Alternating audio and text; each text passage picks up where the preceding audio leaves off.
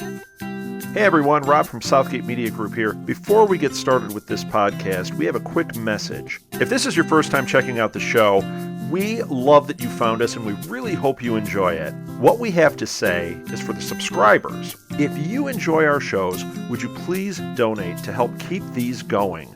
We don't want to have to put traditional ads on these shows, but this does cost money. So we really do rely heavily on donations.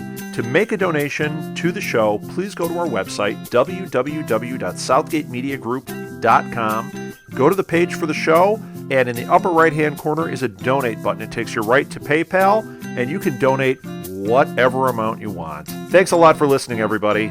And now, on with the show.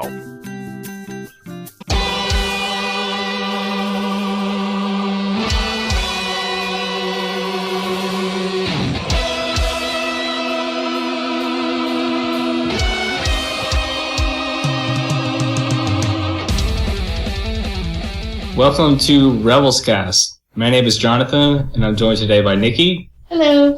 Nick. Hola, senor. And Josh. You. So the gang is all here. Yes, we are 4 people strong again. It's almost Voltron, but not quite. Voltron with one leg. Exactly. So who's missing? Is it Hunk or is it Prince Allura? It's the 5th person that's always mysteriously gone. Oh, there you go. Now, why can't we all be together at the same time? Okay, so before we get into the episode, I thought we'd spend a few minutes to talk about the episode title. We now have an episode 7. Yes, title. we must discuss. We must discuss. Did y'all see like how many billions of comments the IGN article about it generated? Yeah. Twitter was abuzz with jokes and puns. There you plenty. go. So do we want to kind of go round robin and everybody share their like initial opinion and then we can discuss? Come together and discuss. That's Agreed. right. Let's do that. All right, Nicki, ladies first, go. What did you think? I was underwhelmed. Yeah. Because it just kind of sits there. But it did spark questions that I had. Like, it sparked me go, well, what does this mean? What about the Jedi and the Sith? And so it got me thinking a lot about what the implications of that title were. So it's not totally ho-hum, I guess. Yeah. But like, I was hoping for better. Yeah. So. I'll go. Go. So The Force Awakens. So I suppose it was sleeping a little bit. Apparently. Which was one of my questions. Like, what does that mean? How can that even be possible? Yeah, the Force is always in motion. The Force took a nap. So I guess my thing is that, unless they change it, later, I wish they, would have kept the episode 7 part of it. I wasn't really sure how you guys felt about that. Because now it's just, as of now, it's just Star Wars, The Force Awakens. Yeah, that's a good point. I think maybe it's assumed. Maybe we assume it's going to be that episode 7 is going to be a part of it. Because we all know it's episode 7. That they didn't release it in that way. Like episode 7, The Force Awakens. It was just, this is the tagline for the movie. This is The Force Awakens, rather than saying the whole thing, Star Wars Episode 7, blah, blah, blah. I just think it's assumed that it's Episode 7, so they didn't put it in the article. Well, and I think the related question to that is the question of, is the image that's been associated with it, is that like the official logo? With the prequels, the logos were all consistent in terms of the typing and the font and the placement and this, that, and the other. Of course, with the original 3, it wasn't. So is this, Star at the top and Wars at the bottom and The Force Awakens in the middle, is that the official logo or is it not? Because if it is the official logo, then that's a break from the prequels where the episode number was a part of the official title and the official logo, at least to some extent. So, and of course, this is one of those things where, the original trilogy, they didn't call them episode 1 or episode 4, episode 5, episode 6. And I saw some Yahoo on IGN, no offense to this person, but complaining that the prequels had the episode number in the title. And we're like, it's so much better if they don't have it. So maybe it's one of those things that I was never aware of that apparently is a deal in the ongoing, wars between the prequels and the original trilogy where, apparently we all hate having the number, but we don't know. Now, Josh, what do you think about the title? Would I be an absolute heel if I was just like, in kind of some weird way, I kind of hope that there isn't an actual episode number attached to it? That it's no longer part of the 6 saga? Yeah. And the reason I say that is it's because of something that you and I actually talked about on the Clonecast when all this stuff got announced. I mean, when the episode 7 thing happened. Like, those movies, episodes 1 through 6, are a complete story. Yeah. If episode 7, maybe this is what the Force Awakens title means. I mean, maybe it's kind of like I said on the Facebook group conversation we were having about it there, like, maybe this kind of signifies a new beginning type thing. Right. Same characters, totally different new saga. Maybe even barely connected to episodes 1 through 6. Transformers 4. Yeah, kind of like that. Yeah, exactly. But, I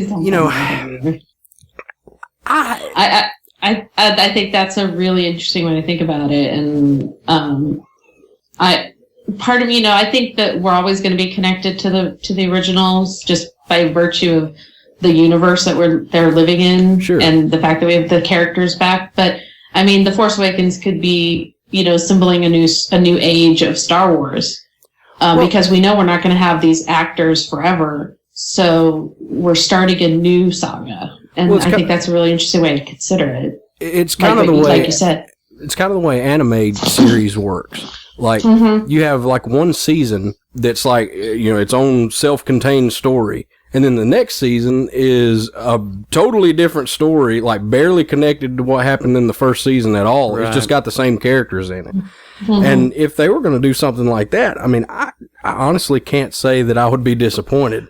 Because that way it kind of doesn't even take the risk of tainting what came before. Right, and sort of making that moment at the end of episode 6, or those moments at the end of episode 6, suddenly somehow not as impactful, which is something I hate. Whenever you have a sequel or a continuation in some way to some fiction franchise, and what seemed like a big moment turned out not to be so much. Exactly. I'm not a fan of that. And then especially with episode 6 and everything that happens in Return of the Jedi. So if the opening crawl is not going to have episode 7 on it, then don't put then I'm down with this idea of not calling it episode 7. Like, if it's not going to be episode 7, then that's great. Don't call it episode 7 in your graphics and all of those sorts of things. But if it is going to be still considered episode 7 in terms of the crawl, then I want the episode number in there just to kind of give that cohesion. And again, so it's not this sort of suddenly we're doing something new and different again, unless we are, and I'm fine with that. And I'm kind of actually with you, Josh. I think I would prefer it if this is not a numbered episode. That we're starting this, like you said, Nicki, this whole new era of Star Wars where it's we're not going to have the original actors forever, and Star Wars is going to go off in new and interesting directions. And so why begin it with tacking 3 movies onto the end of what is a very well wrapped up storyline? Exactly. Give me something, start a new era with that. Yeah, I've heard that theory about, it's kind of like a whole different era starting. But I guess my thing is that, if we do get a box set, it would look better to have all of them with numbers. Yeah, I mean, if you're going to consider if these last 3 are going to be, or these next 3 are going to be, right up there with 1, 2, 3, 4, 5, and 6, I'm totally with you on that. I think that if it's not, then it could just be like the Clone Wars. I mean, the Clone Wars is canon, and on my shelf I've got episode 1 and episode 2, and then Tartakovsky Clone Wars season 1, and the Clone Wars film. And then my seasons, I don't have all the seasons, but the seasons I've got.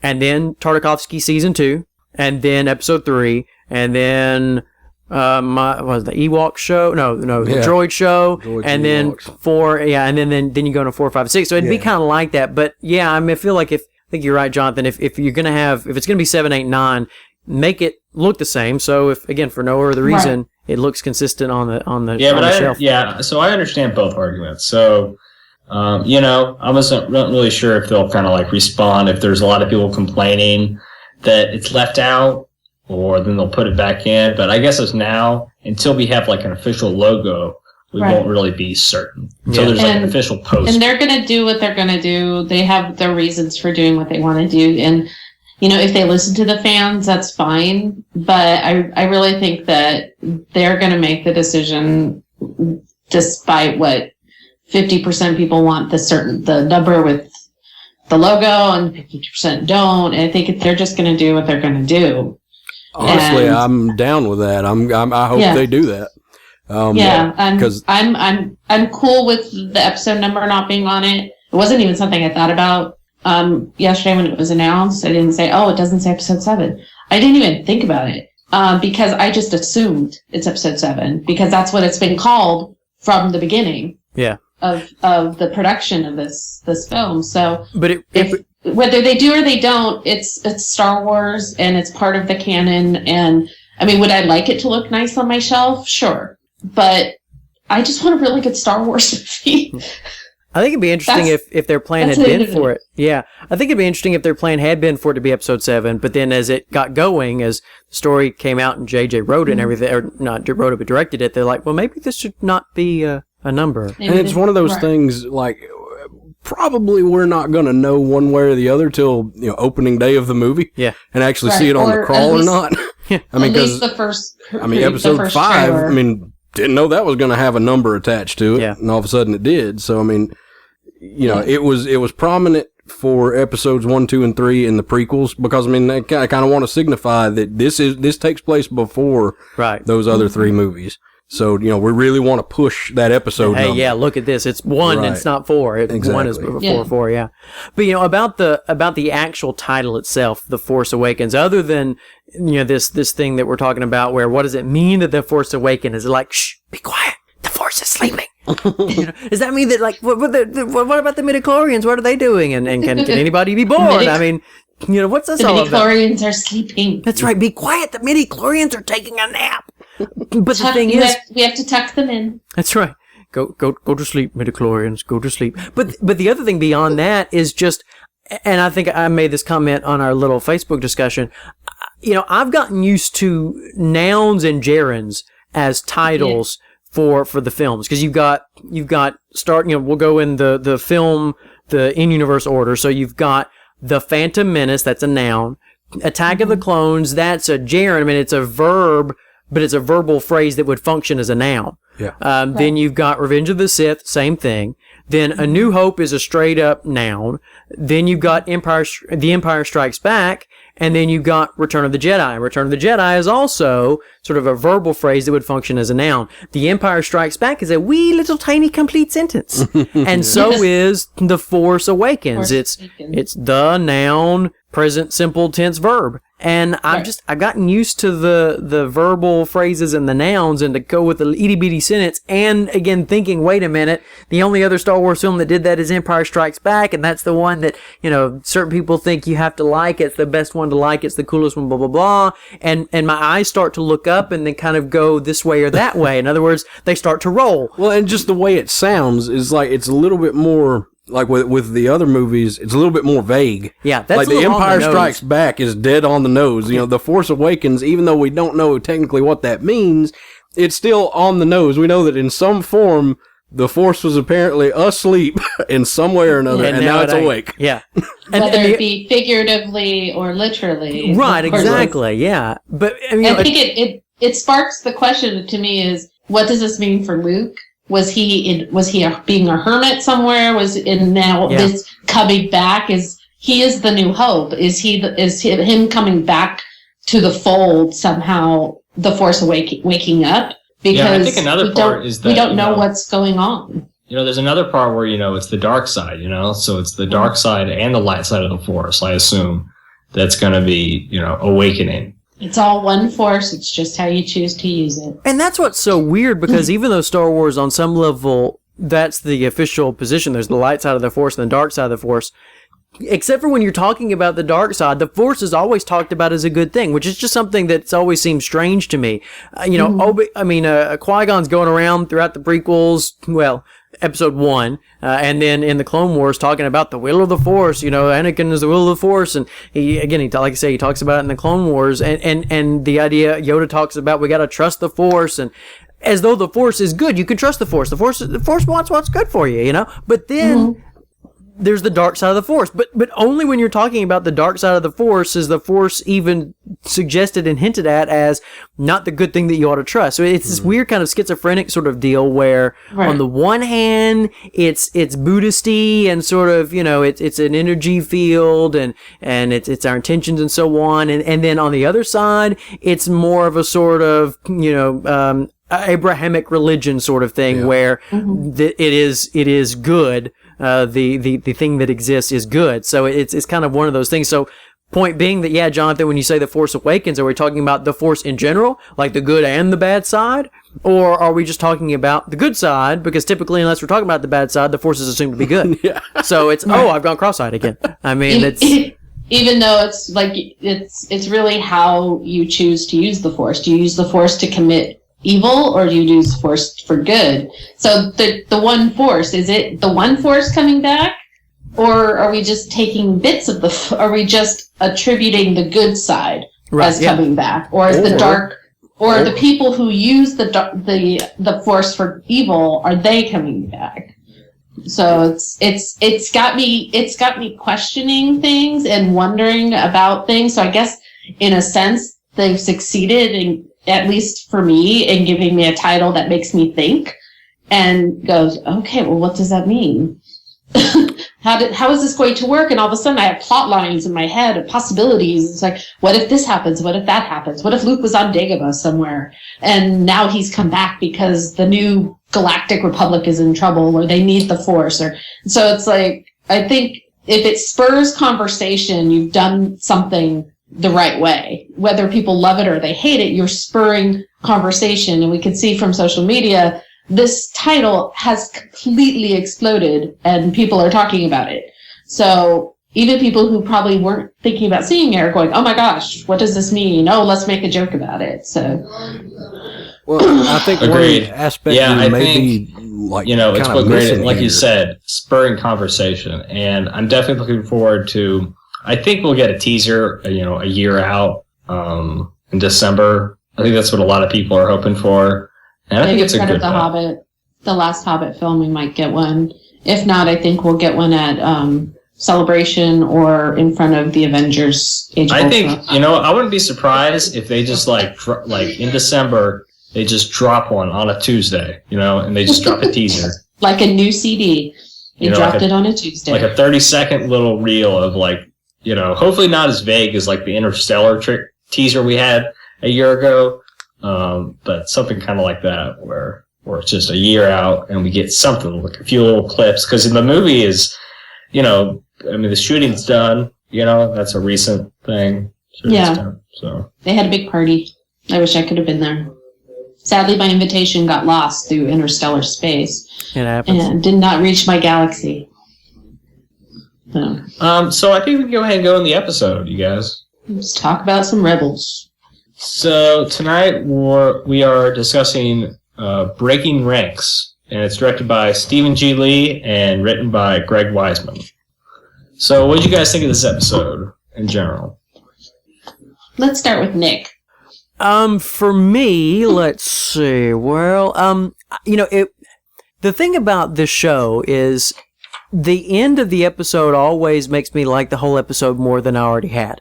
It just seems like this weird kind of thing that's happening. Not that I'm watching the episode and I'm like, and then I'm like, oh, yay. But it's like, this is good. And then the end, like with the droids, it was, oh, there's Bail Organa, and then with the stealing the TIE fighter, when it was just the, okay, isn't that the one that ends with, that's the one where they sort of just end with, okay, hey, we're chummy buddy, and that sort of thing. And then, of course, the one with Luminara, as it were, that one ends with the training and them almost basically like playing baseball. I mean, it was almost catch.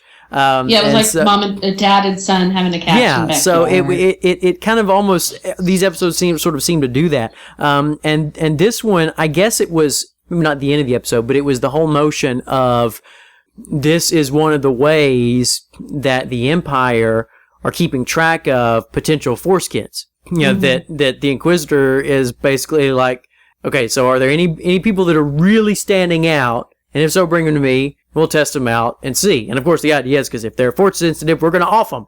So, we thought it was bad in episode 3 that Anakin's slicing, younglings down, and it was.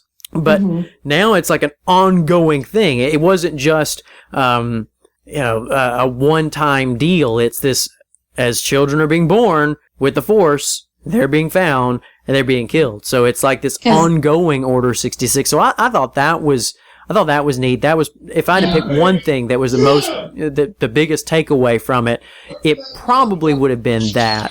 But it was an episode that I liked more than I thought it would. If that makes sense. Josh. I thought it was just cool to see where stormtroopers come from. Yeah. Yeah. I mean, that was in my notes, exactly.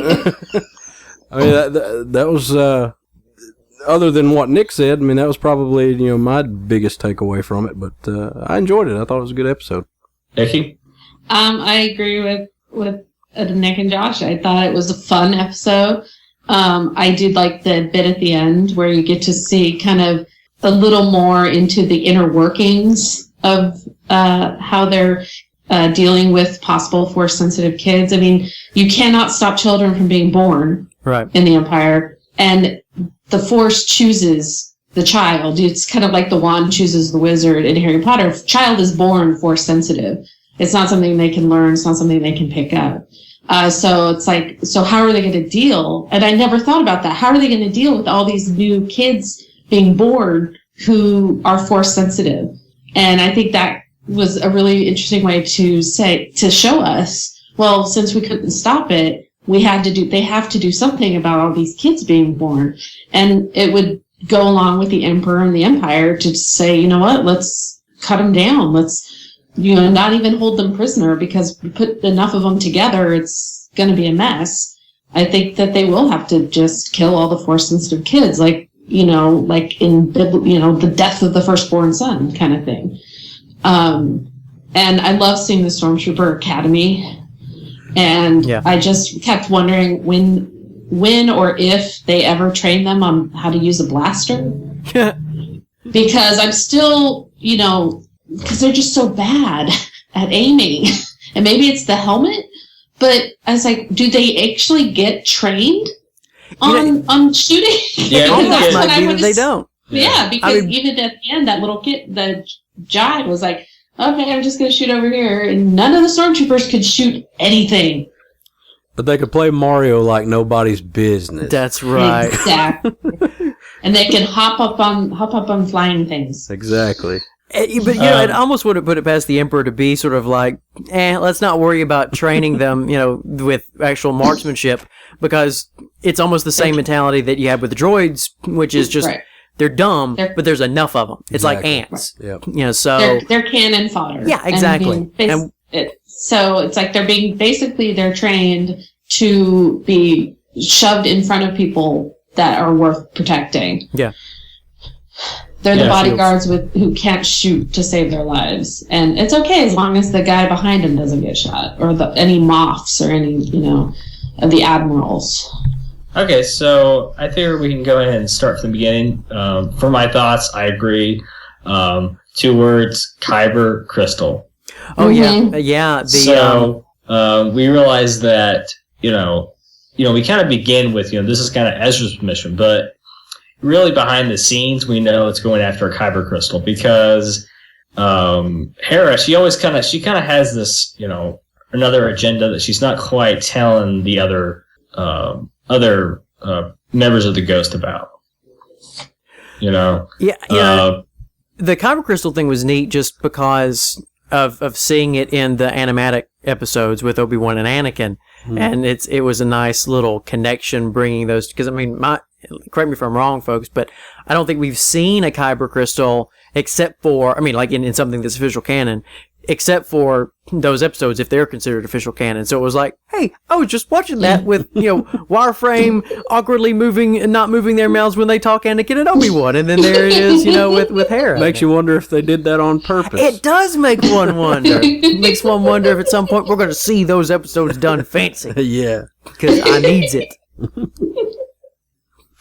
Yeah, so we get introduced that, Ezra, they kind of introduced the lineup of these little, I guess I'm kind of a bit confused is that, are we to understand that some of them, sign up to become stormtroopers? See, I always just thought it was, kind of like our soldiers. You sign up when you're like 18 and above. Are we assuming that like some people, like they enter academy at a small age and then they like get more experience and then they become like an officer or something? It's kind of unclear about like junior stormtroopers now. I always figured that the stormtroopers were like a police force rather than the army, because they weren't at war at the time when we had the stormtroopers. But I always just figured they were the police academy, so they would go to like police academy, and that's what, and with Steve Guttenberg and all those guys.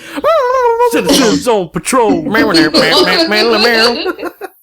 But, so, it was kind of cool to see at least a part of a stormtrooper, and it's like how young they start them. Yeah. In the academy. These kids are like 15? Yeah, they're younger? Like, after this you go on to become stormtroopers. I'm like, So they're like junior stormtroopers right now. Is it like, it's not like the Boy Scouts. It's like a little police force. Well, it's kind of like the Hitler Youth, exactly. It's really like that. And the way I took it was that's kind of what this was. This is sort of like the Hitler Youth thing, but it also may be how one of the ways in which they get stormtroopers, and that this sort of thing you got going on in Lothal is happening in lots of places. But then to be an officer, you would have to go to like the academy. Like there's a difference between the little places like where Ezra is, and then the place where you go if you want to become a commissioned officer.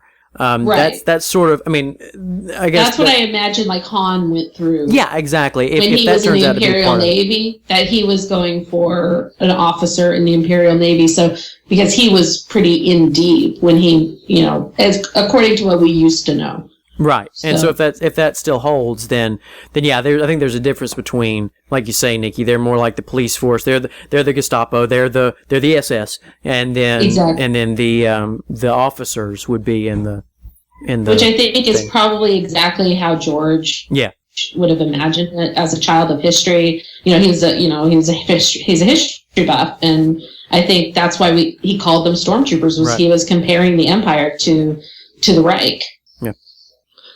So, the next thing is, the cadets, they arrive and they're like, some of the few of you, will get to serve the Imperial headquarters. So we learn about this, like obstacle, the well, and it made me think of the episode Clone Wars, the box, where they had to train and kind of a similar jumping across, but those were holograms, trying to get up and like to see which bounty hunter or bounty hunters would be best for the job and stuff. It's been a while since I've seen the episode, but and then it also go ahead. No, it made me think that because they seem to be looking for force-sensitive kids, that they made this well, and they could tell who the kids who were force-sensitive were because of how accurately they could predict which boxes would come out first. And it kind of made me think, is that what they're doing? Are they looking for kids who seem to have the ability to predict where these things are going to come out, like Ezra did? And everybody just kind of followed him. So like the test is overly hard in order to sort of weed those, or bring those people out. Right. And it may be a little bit of both, because the officer said, he's a little too impressive. Yeah, like, oh my goodness, okay, anybody that makes it to the top must be a force-sensitive kid, but this guy is really doing well, so probably normal people can make it, but if you do it very quickly, maybe that might suggest something is a little wonky. And they pointed out that he seemed to be able to know ahead of time where which shelves or boxes were coming. It looked like a bank with security deposit boxes to me. Yeah.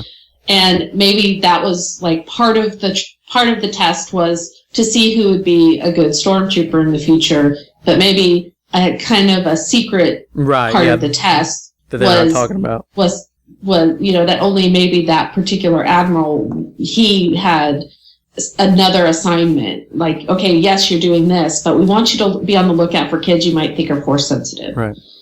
And I think that makes it more interesting to me anyway. I was like, ooh, there's little hidden secrets going on.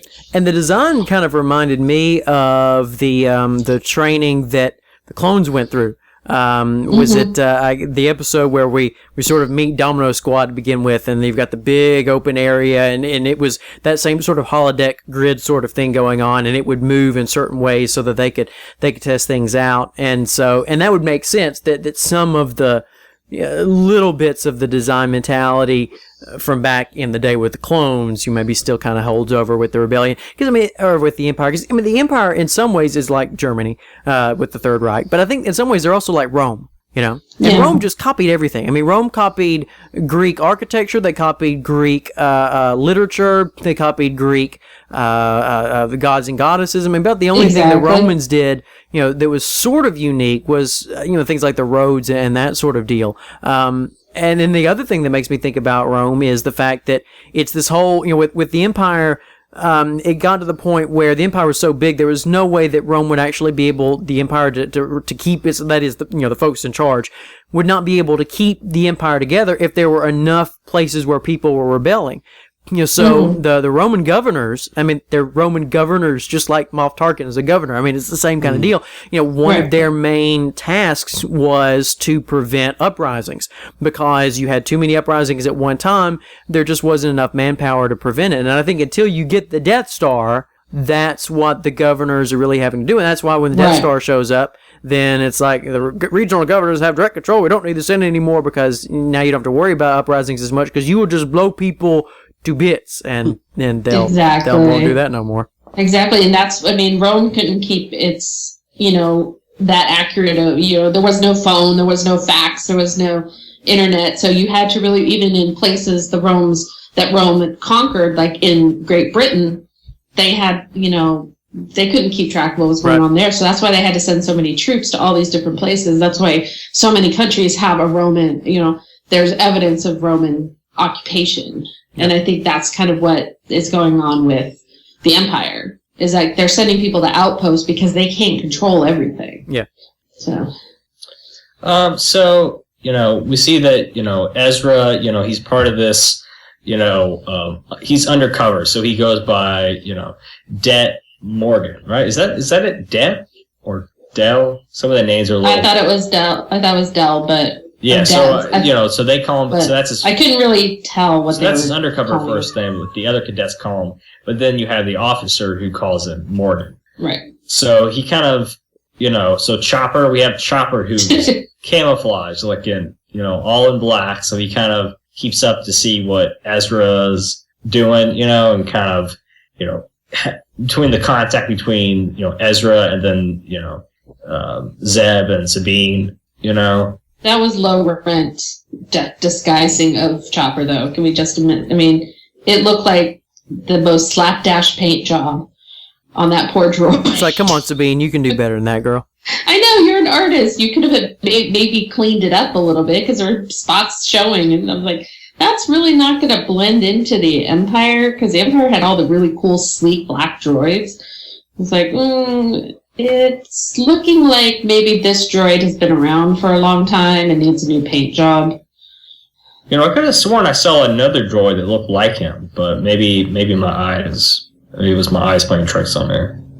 Oh, there could have been. I just thought when they got up close and you realized it was Chopper, it was like, there's some spots to be missed. Yeah, I guess for the Empire, it's kind of like, okay, it's just another astromech droid. We don't really, even though it's like 100 years old or 200 or 300. They don't care. They just want to blow stuff up. But I liked Chopper being in on the plane, and I thought it was really cute to have him go undercover too. Undercover robot. Yeah, exactly. So, so like Chopper, and he kind of forwards the message to Ezra, because, as it seemed like Ezra, he started to kind of come into his own, kind of not exactly following the plan, as seen, like in the last episode where he doesn't exactly follow the plan, kind of come up with his own little thing, improvising. He's got his own, he thinks he knows better in a lot of ways because it's that cockiness of being his age. And it's like, well, he's also really good at improvising when something goes wrong. And you have to be in that kind of situation. Yeah, I think they're kind of, I think they're doing a pretty good job of having him not seem overly cliche. He's not the complete know-it-all. He's not the, I can't really fit in. He's really hitting both points. There are times when he's like, I can figure this out. And then there are times when he is somewhat he's not quite confident in his abilities. And I hope that if they're going to play one up more than the other, it's the doubt. Just because, who his master is, and when they're living, and the fact that he didn't have training from a wee little boy, and that they're coming up against this huge empire, that his his deal will be more of a, I don't know if I can pull this off sort of thing. But then, of course, that's Kanan, though. I mean, that's really more, the episode with Luminara, where, he's like, you need a better teacher. So that'll be interesting to sort of see how his confidence grows as he's able to move stuff and, we did see him doing something rather impressive today, this episode. I guess in between their travels, I suppose, he's getting stronger and stronger in the Force, because in this one, he was able to pull the key card, out using the Force, right, and then lift it up about 12 feet or so. Slowly, very, very slowly. Yeah, I thought that was pretty impressive. For a new Force user, I thought, he did do better than Luke did. Just about to say, especially since poor old Luke was like, I can barely get my rocks and my lightsaber to come up when the beast snowman's about to eat me. Reach. No. And Ezra's like, ooh, key card here, a little CD there, But he did, again, go back to the last episode, he did get pummeled on top of the ship when they were doing their little training, which I love that scene just because the whole idea of them sitting on top of the ship, hanging out training while it's flying through the clouds was it's just great imagery. Yeah. It was. But of course, then, if you fall, you did. So that's maybe not the smartest place to do it. But hopefully Kanan could have used the Force if that happened. Made him float like a little butterfly. Sting like a bee. So, we see that Zara, I believe it was, he's like, he kind of comes on, he's like, here's your pod racer parts. Can you sign off on it? Pretty cool reference. He's like, yeah. He's like, right. We got to see Officer Mutton Chops again. I liked him. I wonder where they're going to take him. I mean, he's jerkish, but he's not scary Inquisitor jerkish. So it'll be. No. I'm looking for some time when Mutton Chops and Inquisitor butt heads. Oh yes. That'll be awesome. Interesting to see where Two very intriguing characters. Yeah, but different, evil but different. Yeah. Yes. And very British. One's a real jerk. Yes, very British. And one is evil. They're both very British. There's nothing but Brits everywhere. Because really, I mean, it's pretty consistent. Do you ever listen to Eddie Izzard? It's like they're just all evil Brits. So I mean, the Empire was all Brits because of the American Revolution. That's right. And Luke, that's a good old American name, and Leia, blonde-haired, blue-eyed Aryan, and against the Empire. That's right, exactly. And Leia only has a British accent at the beginning when she's for whatever reason pretending to have one. Your foul stench when I was brought on board, and then later she's like, "Get this big walking carpet out of my way." Padme did the same thing. Padme did do the same thing. She's like, "I will not condone a course of action that will lead us to war." It's the wall. And then she's like, I think it's a genetic thing where you're British for a little bit, and then you lose it. Is that kind of like Kevin Costner in Prince of Thieves? There you go. Yeah. 20 minutes, he had a British accent, a bad British accent. It's It's like, like, oh, screw it. Oh, he outgrew it. It's Don't fine. even bother with the ADR. I'm not going That's to go right. back. Because it didn't need it. Because I like that movie, and I do feel too. like that movie didn't need. I It's do like, too. it's like, does he have a British accent? No. Do I care? No, because it's fun. You know, Kevin Costner. it's Kevin Costner, and it's Well, Carrie Fisher, I wonder if Carrie will have a British accent. I wonder, like, oh, I got my British accent now that I'm old. But this one she's won't like have Morgan she's Freeman like in it. practicing in her room or something. Yeah. Han, my lovely husband, Han, would you come over here, please? And then she messes up. She's like, oh crap. Crap. Then She goes like Harrison that. walks over and goes, why are you talking like that? Yeah, that's weird. It's the beginning of the movie. I must speak with this accent. So Ezra, after he completes the mission, getting the data card, he hears about the Inquisitor on a hologram talking to one of the officers, the admiral, and he's like, we did find a few interesting candidates, Mm-hmm. So he's like, I will come there and I'll see for myself. And that's when he that's when our Inquisitor plot point connects. And of course, this is when Ezra, go against the plan, and he's like, Spectre 5, Spectre 6, he's like, I'm going to stay behind for another day or so. And of course, Kanan's like, what are you doing? Yeah, everything's gonna, because he's very protective of Ezra, and I think that is a good thing, but he's also, because he doesn't want him falling into the Empire's hands, knowing that he's a Force sensitive and knowing what the Empire is capable of. Yeah. So I thought he is very protective of Ezra because he genuinely cares about him, but he's also worried about him because he's a Force user. And I thought it was very Ezra for him to try to save the other kids. Yeah. Before he saved himself. I'm always worried in these episodes that the person that is like, oh, I'm really good, turns out not to be. And I say these episodes only happened in this one time, but it also happened in Guardians of the Galaxy. And for a minute, I forgot that was where it happened. Where he's like, oh, what does he say? He tells him that if you left with that key card, then you would have set off the alarms. And Ezra's like, oh, wait a minute. So and then I'm like, okay, is this kid playing him? But it turns out, no, he's serious. He really is. Kind of skeptical about this whole Empire thing, and he has his reasons too. Again, it's like how Gamora was like, I don't like Thanos, and I don't like my sister, and I'm like, does she mean that? Because I don't know that she would mean it, and I don't know that they could trust her. And then everybody, and it's fine. It's just fine. Same thing with the kid. And Gamora, I thought it same was. person. He had his what was his name, Jai? He had his own reasons for staying behind at the end as well, and I thought, that's very brave of him. I mean, he's trying to find out what happened to his sister. Was his sister one of those Force-sensitive kids that got picked? So, you have a twin sister. I did like... have now betrayed her too. Sorry. I love when one of the officers overseeing the well, he said, oh, he's impressive. Very impressive. Almost too impressive. I was like, impressive, most impressive. It's like we're dancing but around not it. The Jedi yet.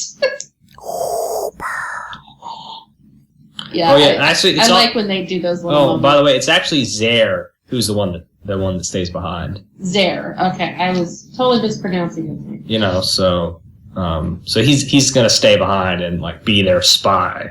Well, he's already a bad shot, so he'll fit right in. It's like, don't hit anything. Anything. Oh, I can do that. You'll be fine. I thought it was he was so smart to shoot at them without shooting at them. Right. To make it look real, so he wasn't coming under any scrutiny. And that they, let the kids out. I was so worried that those kids were going to get trapped in that ATST and just get smashed with the door when it was blocking the big door. I was just like, oh God, they're going to be smashed. Oh my God. I thought it was interesting that their cadet helmet helmets were the same as that Walker pilot's. Like the similar kind of helmet. I thought that was interesting. Yeah, and the faceplate is like two pieces. Yeah. Because you could bring the top part, you like had to close it in the middle, and it like came together in the middle.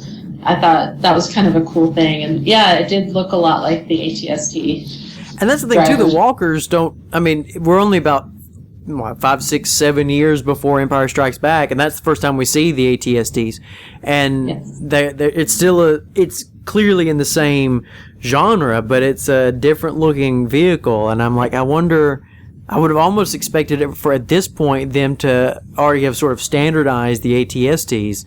That was one of those areas where they didn't go with the classic design. It may have been a Ralph McQuarrie, I don't know, but they didn't go with the classic design. And I'm like, well, I think you could have. I think there would have been perfectly fine to it's just like Star Destroyers and TIE Fighters to me. Right. I mean, you would expect at this point. They're not like, what? Maybe we should make it more boxy. It's like we got it now. But yeah, I thought that their legs were really too long for an ATST. Maybe it made them too wobbly because their legs looked the two legs looked a lot longer than I normally would see on an ATST. So maybe it was too wobbly. Maybe it was too top heavy or something. It's like that one shot. It's like that one shot of the AT-AT in Empire Strikes Back when it falls over. And back in the day when it would be shown on HBO, it looks like they took that shot from the full widescreen and just smushed it. Because it always looked like that, like the aspect ratio on it was wrong. And it's like, it's tall and then it falls over and it's short. And so it's almost like that's the vibe that I got. I'm watching that and I'm like, it's the HBO walkers.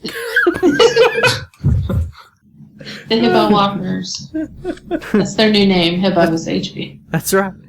How's the song go? But I did get a little squee going when I was like, Chicken Walker. It would be kind of cool if we see some AT-ATs, like a concept or something. Yeah. At some point. Being in the that show. it's my second favorite vehicle in all of Star Wars, I am certainly hoping for it. So Zare and Jel and Ezra are kind of working together, and the other two, they're kind of like doubting the Empire. So, even people who will, sign up, they're still a little, uneasy, and for whatever reason, they decided to enlist, or enlist before you get drafted. Yeah, Jai, maybe he's enlisted so we can have some money for his mother, Right.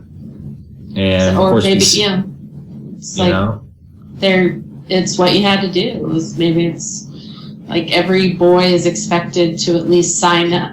And if they make it to that point, then they keep going. But maybe there's a lot of kids who don't make it to that point and they get to go home. But because you'd think the Empire would definitely do a draft. Or like Israel does, is if you're born in Israel, no matter where you move to, you do a year in the Israeli armed forces. And only certain people can get out of it. Like Natalie Portman was supposed to do that because she's born in Israel, but she had an exemption, so she didn't have to serve her year. Because she's Queen Amidala. That's right. She's the queen. She's not gonna,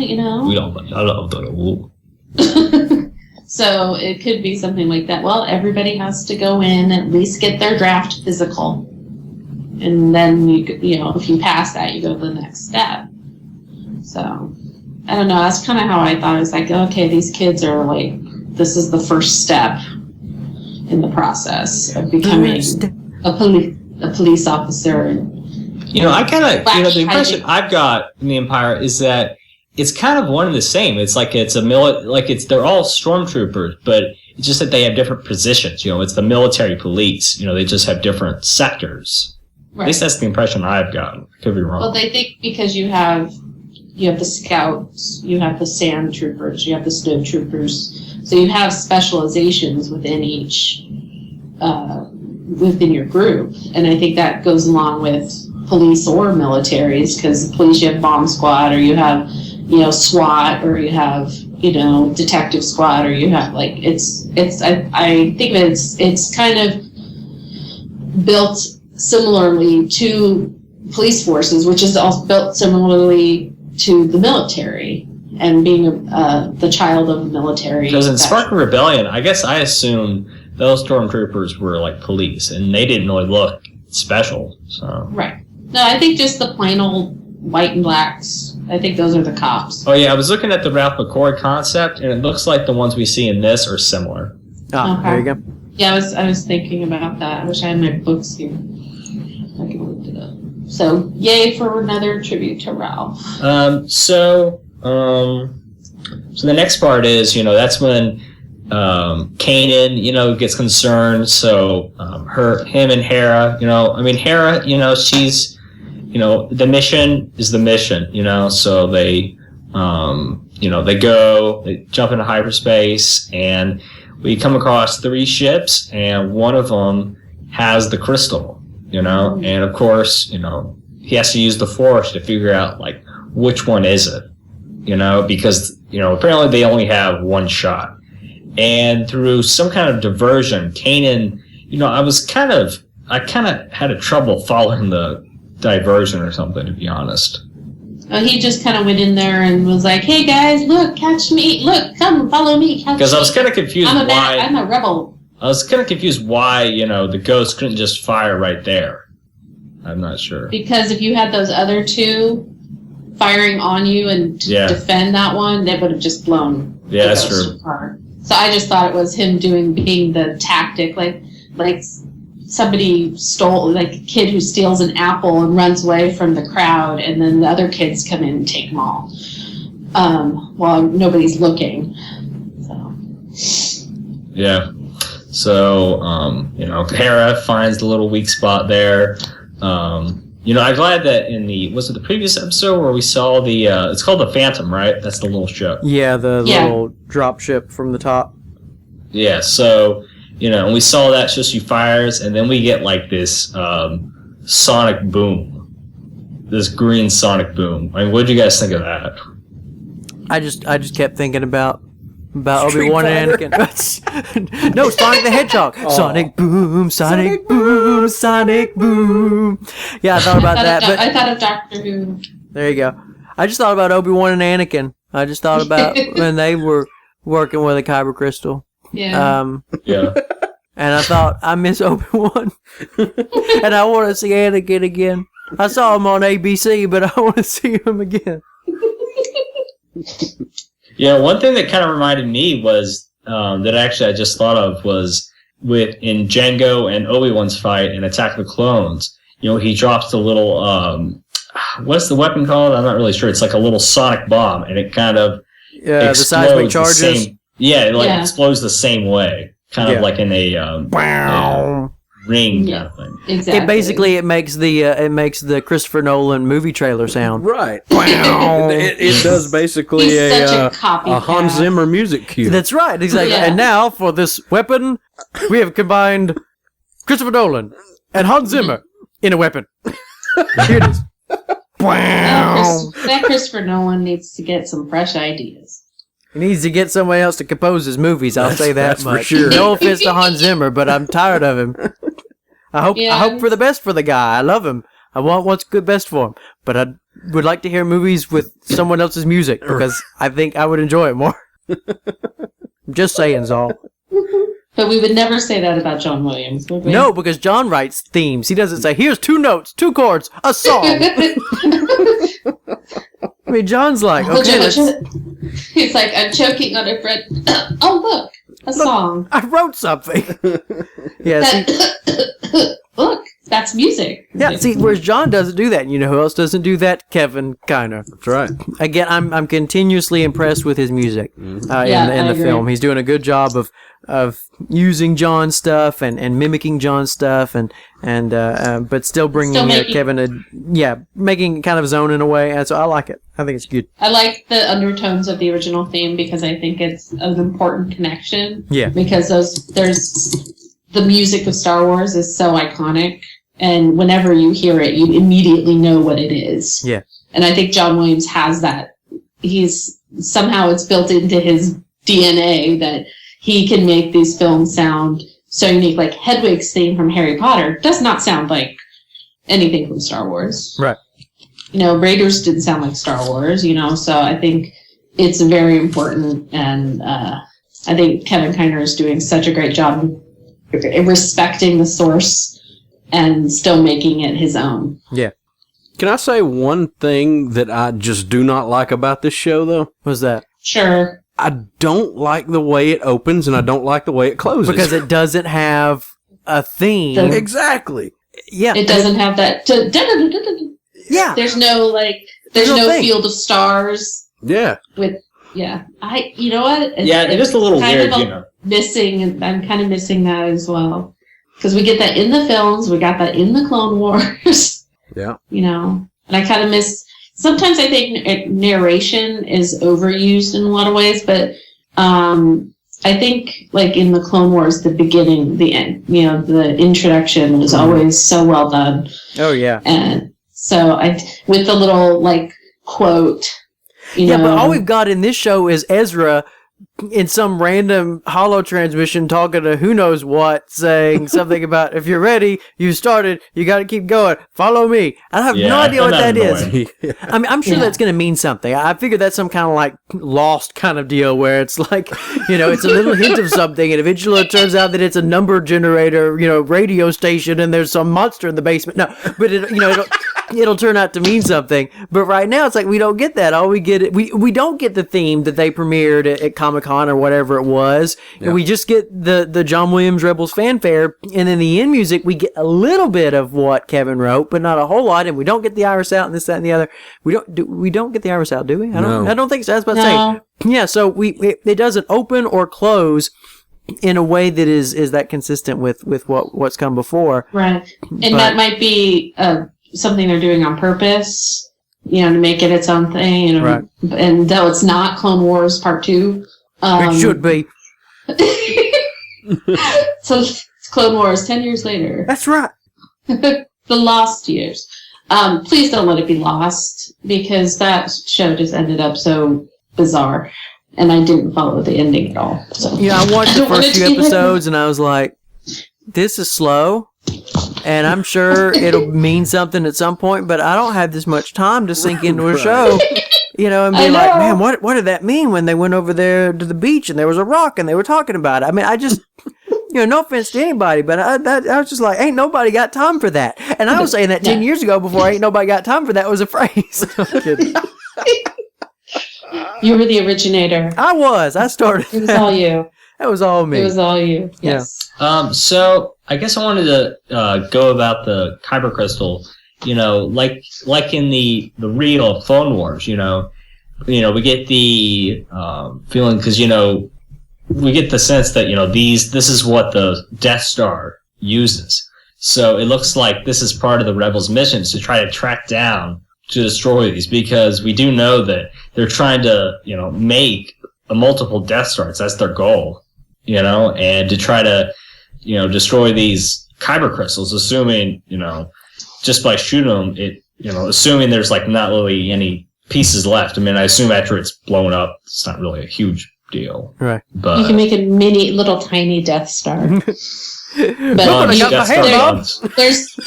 it's like tree ornament size Death Stars with the little. I think that maybe they're trying to take these things out so no Death Stars can get built. This is the beginning of the rebellion. Yeah, I'm just kind of curious about where they're finding these Kyber crystals, because before this, we never saw these giant Kyber crystals. On Kyber? Get them from Walmart. Yeah. Oh, no, we call that Voldemort. Death Star Mart. So, I'm not sure if we'll get that mystery unraveled or not, but I think so. They're pretty good about, tying things together. So, as we get back to the end, Hera and Kanan get back, and we see that, the Inquisitor, and of course, one of the three guys, Jel, he's like, it's kind of a myth. I don't even believe the Inquisitor. So it seems like, even though some people know that he's there, it seems like he's a bit of a myth. He's like, there's not really this guy who is tracking down Jedi, and it seems like in general Jedi are kind of a myth, because after this number of years, it's kind of faded, with the propaganda and stuff, trying to paint them in bad ways, delete the data. So what you The guys? Inquisitor is like the boogeyman. It's like the kids are all afraid of him, but you don't know if he's real or not.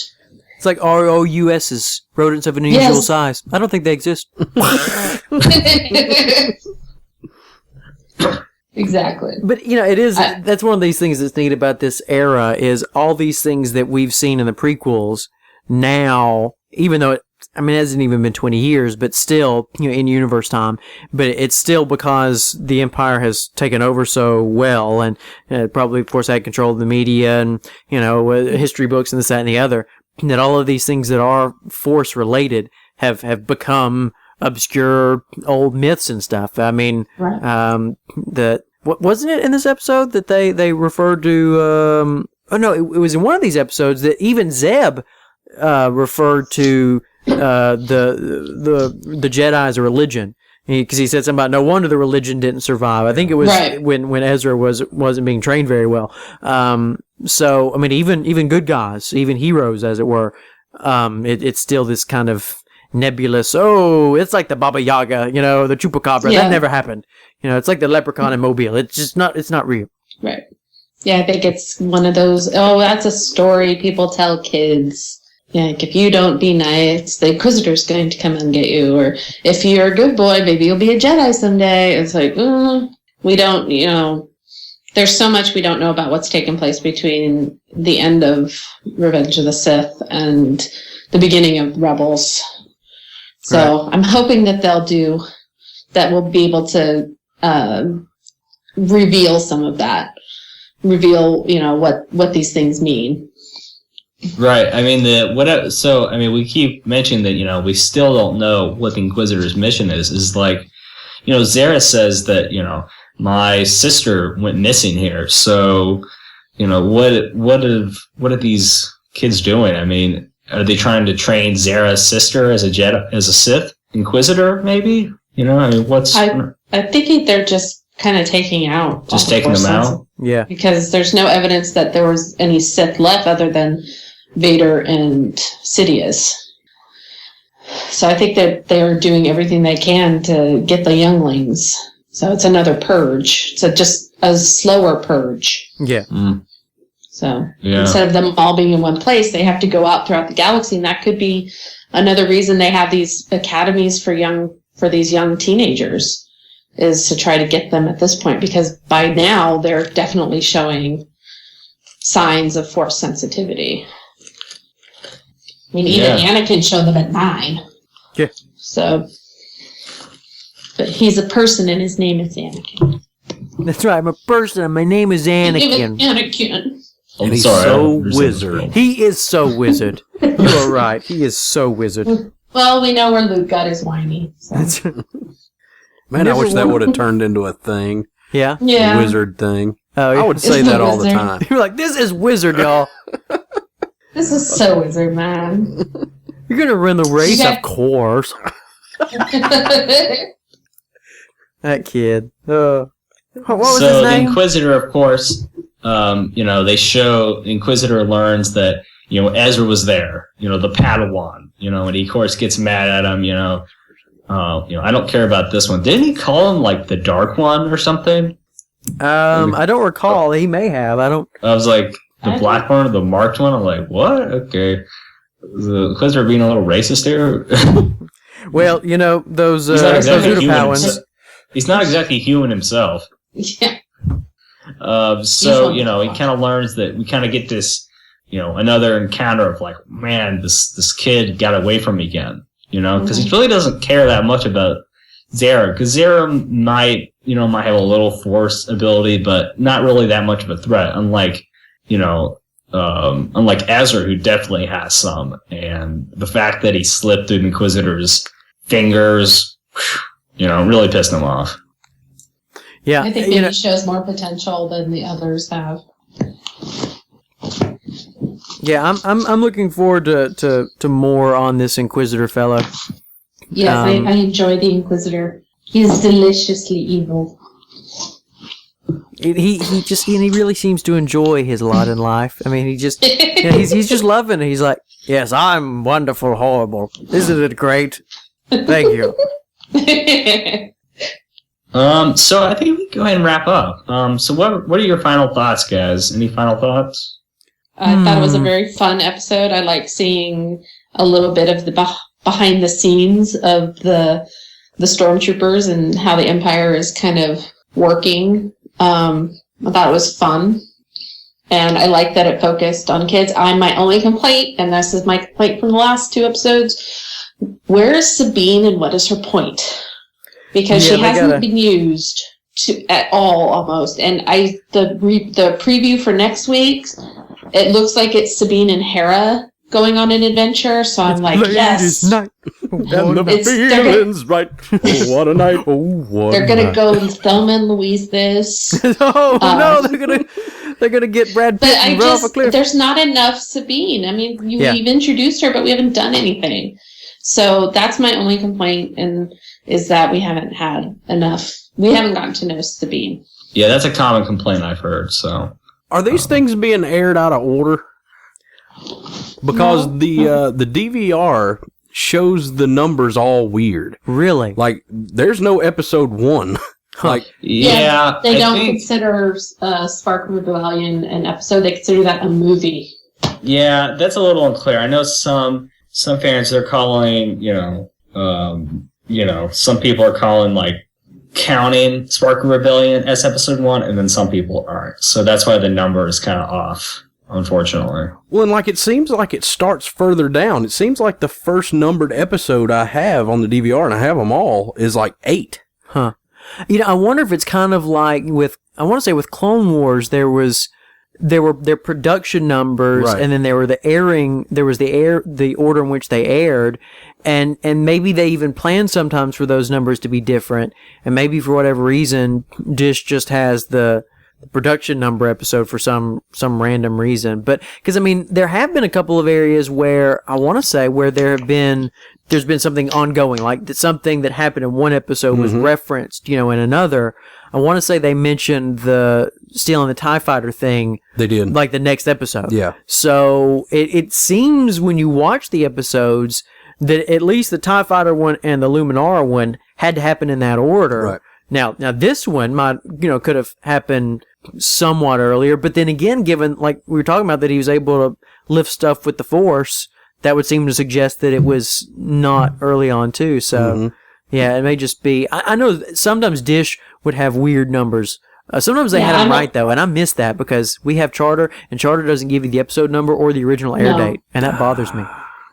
Yeah, I have Direct, and I'm looking at my menu right now, and they don't have a number listed. If they just have the title and the first airing. Gotcha. So you know when it first aired, but you don't. They're not numbered on Direct. Because I saved them all. Well, there you go. So a minor mystery, which has been solved to our satisfaction. Yeah, so I brought that up for a reason now, because I was wondering if that's maybe why we haven't seen a lot of Sabine. Yeah. Right, like that she was. Maybe her. That's a really good point. Yeah. But she is the under one. Yeah. So Nick, what did you think? Any final thoughts? Anything that we haven't discussed about it already? Let's see. We talked about the design. We talked about the music. We talked about the Inquisitor. I don't think there's really anything that I had on my mind regarding the episode that I hadn't said anything about. So I like it. And I'm with Nick. I dug the episode. Thought it was pretty awesome. Would watch again. There you go. Yep. Cool stuff. Yeah, me too.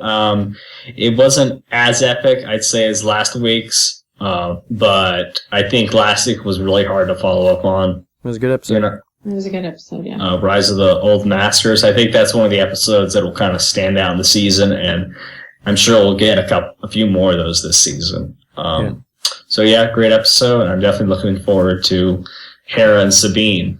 I guess we can go and wrap this thing up. Nicki, where are you on Twitter? I'm at iHeartColson on Twitter, and also post on Radio Free Indoor. Cool stuff. Nick and Josh? We've got, of course, the Inner Dorkdom Twitter. We've got innerdorkdom.com.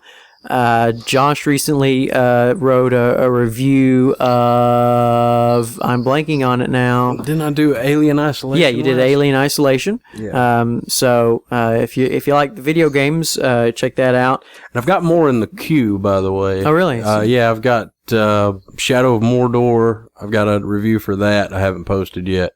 So that'll probably come pretty soon. There you go. So yeah, a lot of times our reviews and stuff for like games and such show up there. So yeah, innerdorkdom.com and then the Inner Dorkdom Twitter. Cool stuff. And you can follow me at JEVEL49er and at Ready for Indoor. We'll just post articles and stuff. Leave us a iTunes review for Ready for Indoor and RebelsCast.